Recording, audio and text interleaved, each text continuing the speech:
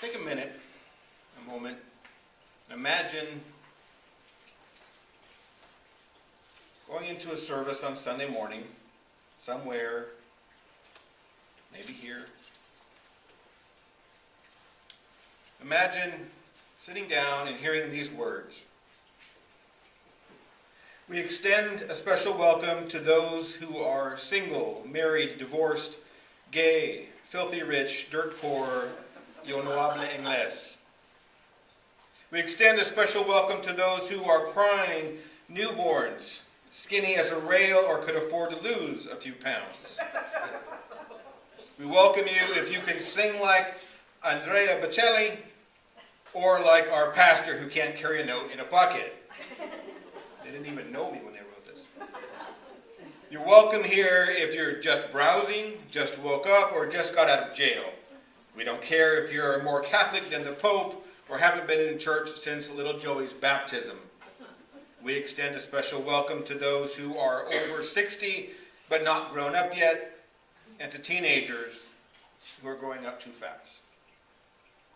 We welcome soccer moms, NASCAR dads, starving artists, tree huggers, latte sippers, vegetarians, junk food eaters. We welcome those who are in recovery or still addicted. We welcome you if you're having problems, or you're down in the dumps, or if you don't like organized religion. We've been there too. If you blew all your offering money at the dog track, you're welcome here. We offer a special welcome to those who think the earth is flat, work too hard, don't work, can't spell, or because grandma is in town and wanted to go to church. We welcome those who are inked, pierced, or both.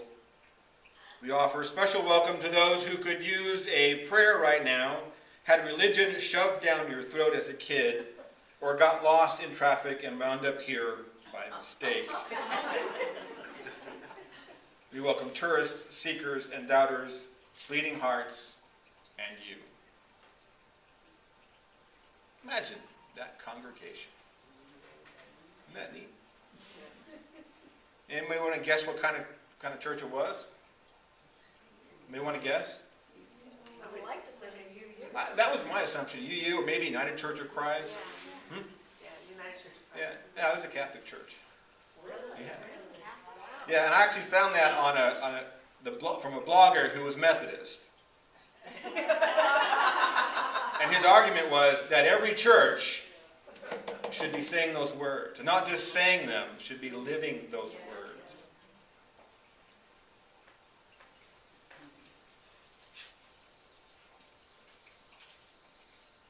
Now, I never experienced that church. I just ran across these words online.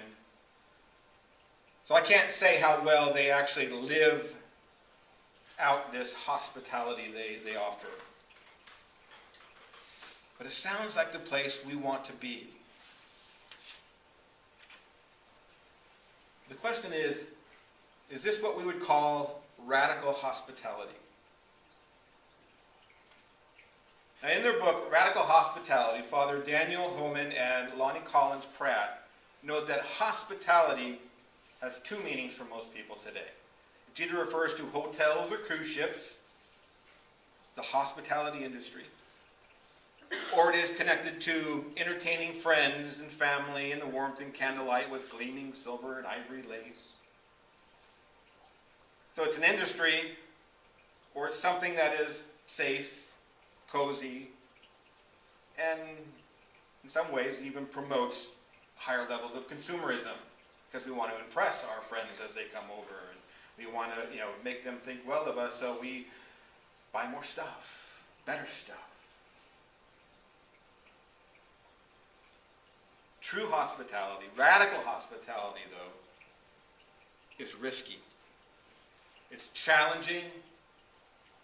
It forces us out of our comfort zone. Hospitality, according to Homan and Pratt, is a lively, courageous, and convivial way of living that challenges our compulsion either to turn away or to turn inward and disconnect ourselves from others.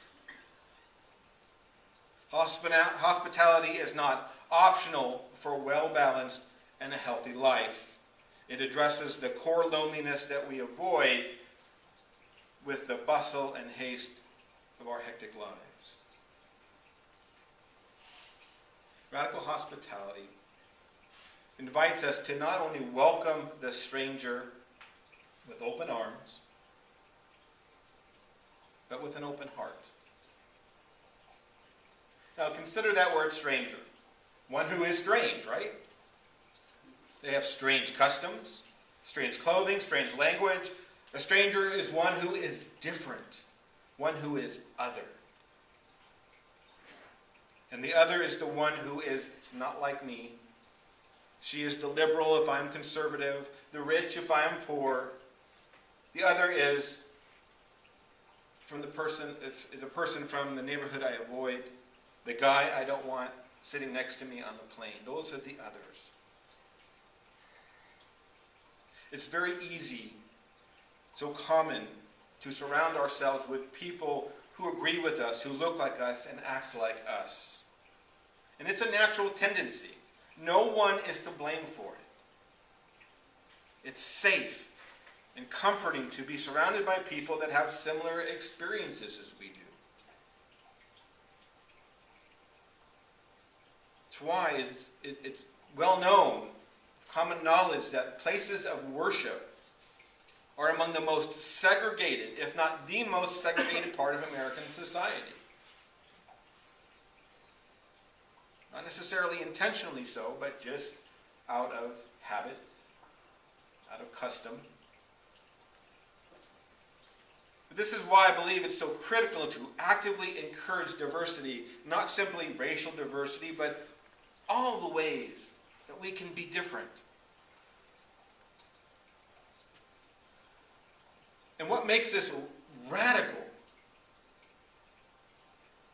is that we accept people as they are. We don't try to change them. It's not enough to welcome diversity, to welcome the stranger. In a pluralist society such as ours, we can find that anywhere. I mean, the most culturally diverse place right now, Sunday morning, it is said, is Walmart. That's the most culturally diverse place you're going to find today. Rich, poor, black, white, brown, gay, straight, all the ways that we're different, they're all at Walmart on any given day, not just on Sunday. But here we are, and what we passes for a church, what we may not call that, but is for all extents. From the outside, it's a Sunday morning, you're all sitting out there on rows looking at a guy speaking. From the outside, it's a church, whether you want to call yourselves that or not.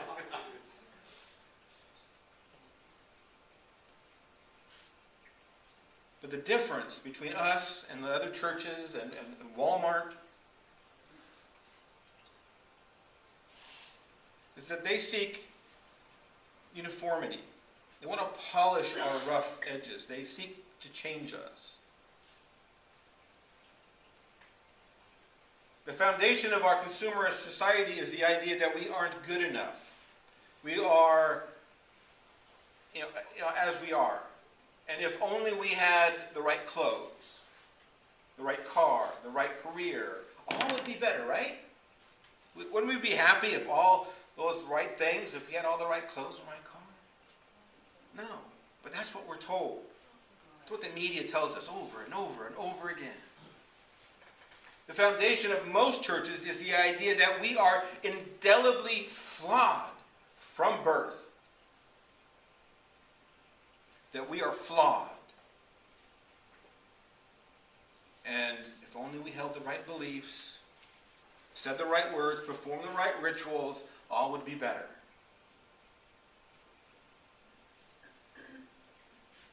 Radical hospitality does not seek to change the other.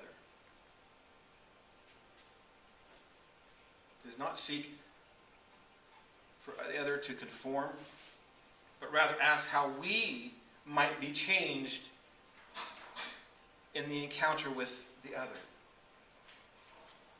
How might I be changed in talking with you and being with you? When we create a life surrounded by people just like us, Holman and Pratt point out, it's a very narrow life. We will not be challenged by such a life. We cave in on ourselves, our minds and spirits, straight to the pea size of our world, letting ourselves believe that our experience constitutes normality, and anything different is delusional and dangerous.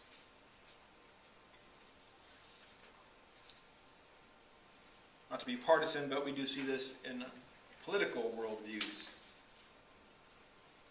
When people only hear and are with people like themselves, anything different is something to be feared.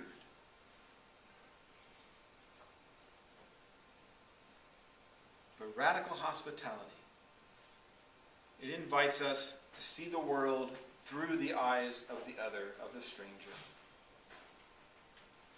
It invites us to get out of our own skin and see the world through different eyes. To stand toe-to-toe with our own fears and insecurities and risk being changed in the process. Radical hospitality invites us to use misunderstanding and disagreements as an opportunity to learn and to grow.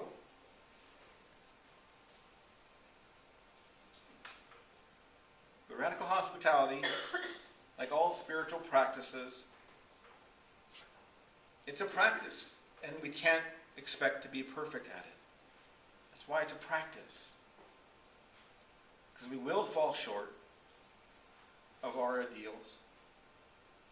And when we do, we forgive ourselves and the other, and we keep working at it. We don't give up. What a radical idea, right? This is why we come together in community. We can follow a spiritual path in isolation and comfort of our own home, but it is only in community, in communion with each other and the world, that spirituality has any real meaning. It's only in community that lasting growth occurs. Because it goes deeper. It has to. Because in community we're constantly butting heads, disagreeing,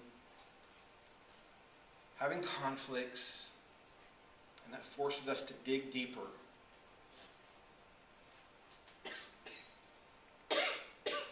Get to the root of our own selves. Crack open our heart. And be there for the other. For our brothers and sisters in community who need us.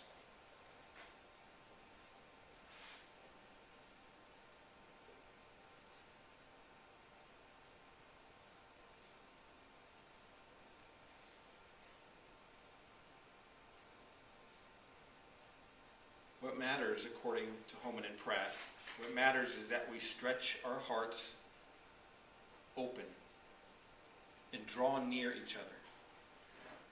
It is the way of hospitality, the way of life, and it is in this remote place where we have awakened to find ourselves the only way home.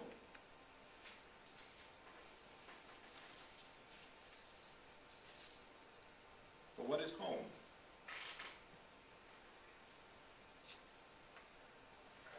Home, for some, might be heaven or God. But for the sake of argument today, let's call home the beloved community. And beloved community is not a place as much as it is a feeling. It's the feeling of belonging, of unconditional love and acceptance.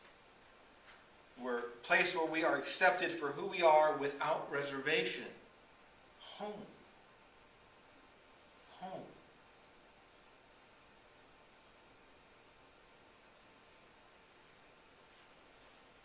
If we are serious as Unitarian Universalists to spread the word about who we are and how we strive to live our values in this world, if we are serious about welcoming strangers into our midst, as radical hospitality describes, then how do we respond? How do we make this idea matter for us?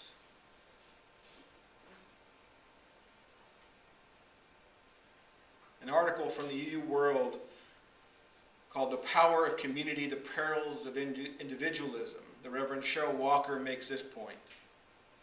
True community doesn't happen unless everyone is willing to give up some of their identity as an individual to take on the identity of the group. If this doesn't happen, then we are merely a group of individuals sharing common space, but not becoming a community. It doesn't mean that we go to the extremes of everyone wearing the same clothing, praying the same way, if at all, or believing the same things. However, it does mean that we move individualism from the center of our focus and replace it with a new concept of shared community, in which everyone gives up a little so that we can gain a lot.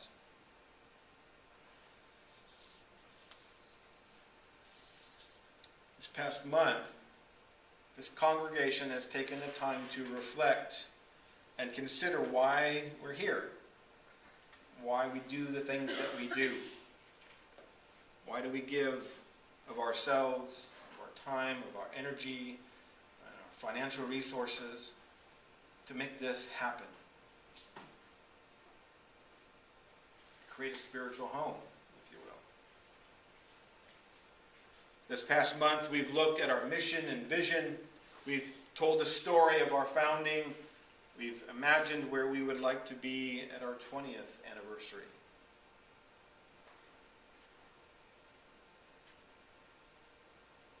We discovered that the founding mission of this congregation to inspire and empower community has in fact been accomplished. And now our role is to keep building and expand on what we mean by community. Last week we chose the top goals for the next 10 years. They were to serve more people, become a green congregation, join the UUA, the Unitarian Universalist Association of Congregations, and become a welcoming congregation.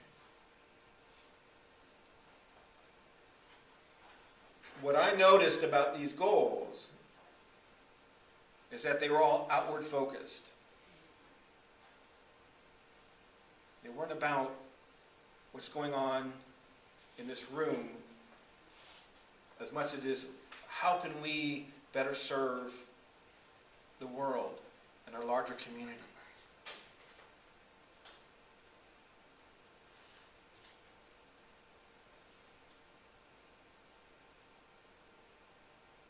And we want to serve not just more people, not just more people like us.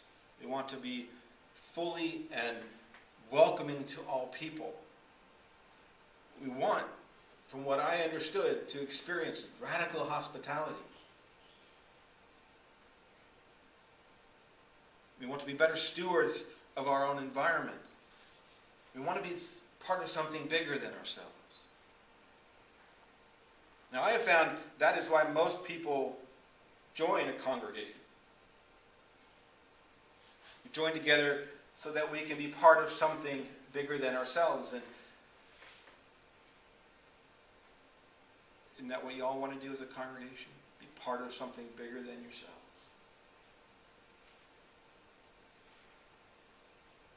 We join together so that we are better prepared and fully empowered to fulfill our mission.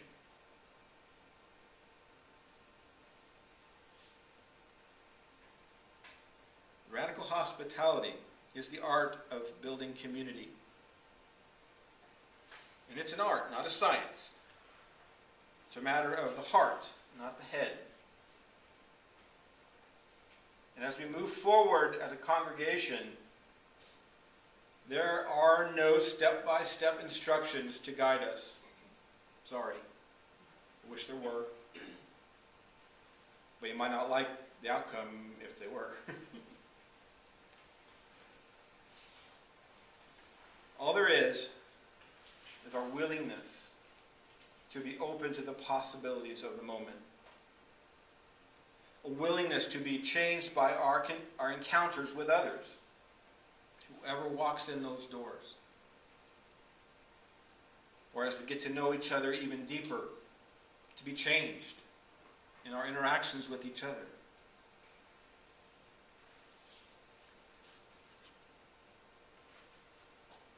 Radical hospitality is the process. The beloved community is the outcome.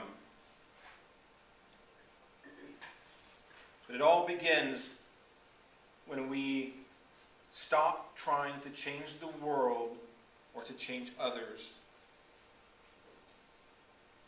But rather to learn to love the world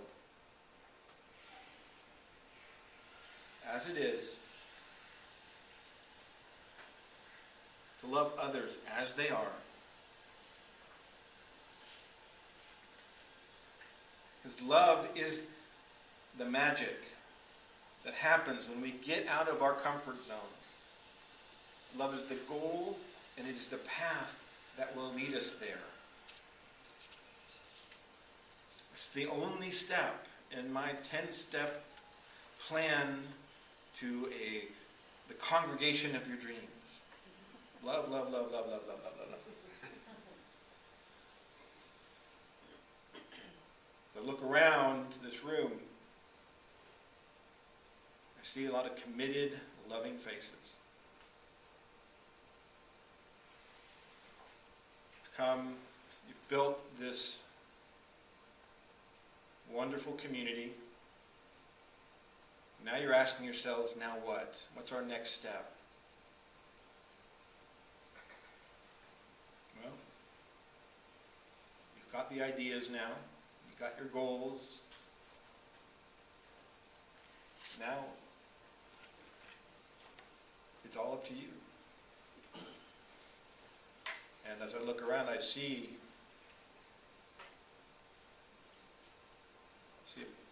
many faces that are willing and able to take on this challenge. To go love Palatka. To go love Putnam County. Love the hell out of it. And when you do, you practice that love, you might just find you get that congregation of your dreams. So be it. Amen. Blessed be.